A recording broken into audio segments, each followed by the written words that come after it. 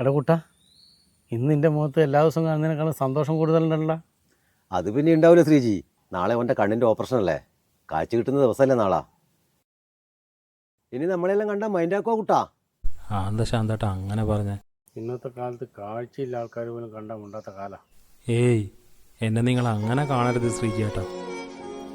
കാഴ്ച കിട്ടിയാൽ എനിക്ക് ആദ്യം ആരെ കാണാൻ ആഗ്രഹം? അമ്മേനെയോ ഭാര്യേനെയോ അതോ നമ്മളെയോ? അത് പിന്നെ പ്രത്യേകം ചോദിക്കാനുണ്ടാ ശാന്ത, അവൻ്റെ സ്വന്തം ഭാര്യനെ തന്നെ. എത്ര കാലമായുടെ കുട്ടാ ഈ ബടിയും താങ്ങി നടക്കുന്നത് നീ?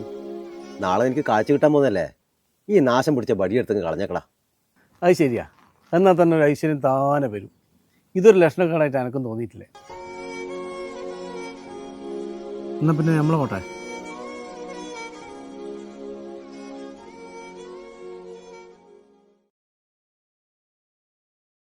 അമ്മേ, ഓപ്പറേഷൻ നടന്നാലും കാഴ്ച തിരിച്ചു കിട്ടാൻ സാധ്യതയില്ലെന്നാണ് ഡോക്ടർ പറഞ്ഞു. കുട്ടേട്ടന് ഇതറിഞ്ഞാൽ...